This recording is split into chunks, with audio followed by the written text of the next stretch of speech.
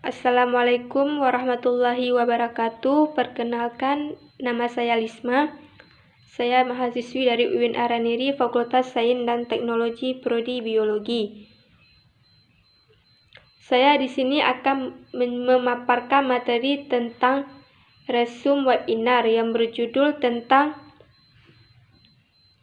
riset dan kebijakan penanganan sampah laut yang ada di Indonesia. Untuk menyelesaikan tugas mata kuliah Biologi Laut dengan dosen Pak Ilham Zulfahmi, MSI.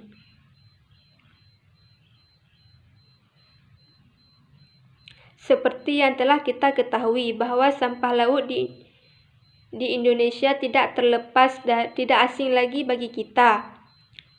Karena sampah laut di Indonesia merupakan sampah buatan yang tidak terlepas dari kehidupan kita, baik itu secara disengaja maupun yang tidak disengaja sekaligus.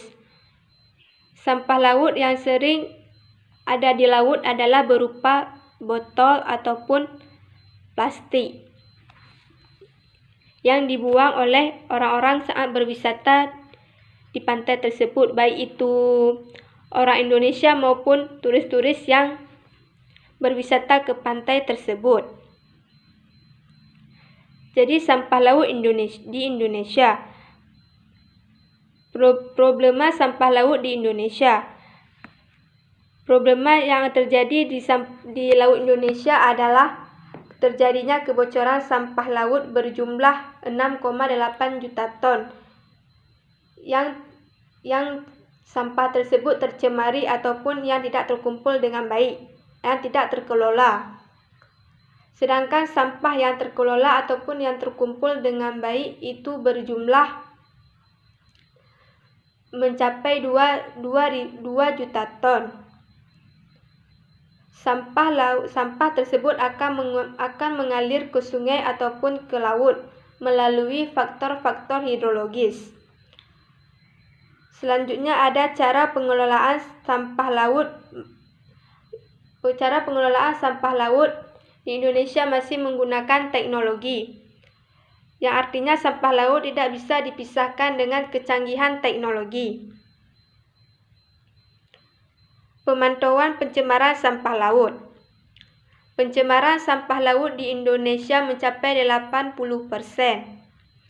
yaitu yang berasal dari daratan badan air dan pesisir yang mengalir ke laut, atau sampah yang berasal dari kegiatan di laut itu sendiri.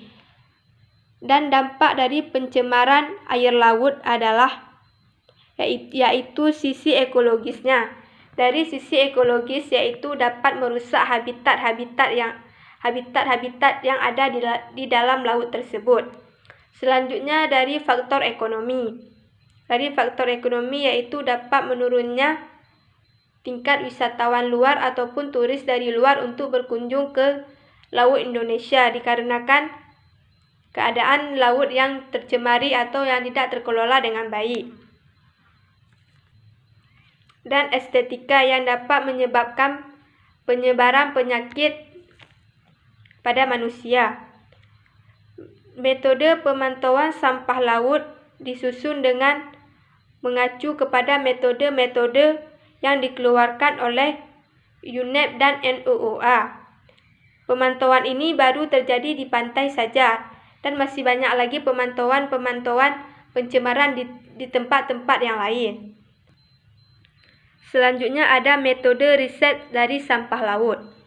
Secara global, Indonesia menduduki peringkat kedua sebagai negara penghasil sampah yang terbanyak di dunia.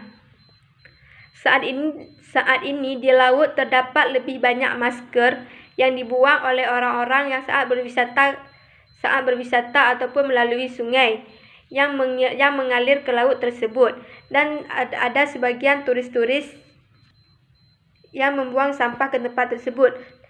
Di laut Indonesia, masker ataupun sampah-sampah lebih banyak terdapat di laut daripada ubur-ubur. Kategori sampah laut di Indonesia memiliki 8 jenis kategori. Yang pertama yaitu plastik, metal, kaca, karet, olahan kayu, dan kain, dan juga lainnya sampah yang tidak dapat teridentifikasi ataupun sampah yang tidak dapat dikenali ataupun diketahui.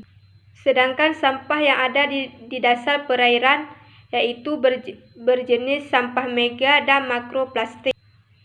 Sedangkan sampah di daerah pantai berjenis sampah mega, makro, dan meso. Dan di permukaan berjenis mikro. Jenis sampah ini berdasarkan titik sampah di laut adalah sampah daratan yang penanganannya kurang bagus. Mungkin hanya ini yang dapat saya jelaskan. Lebih dan kurang saya mohon maaf. Wabillahi taufiq wal hidayah. Wassalamualaikum warahmatullahi wabarakatuh.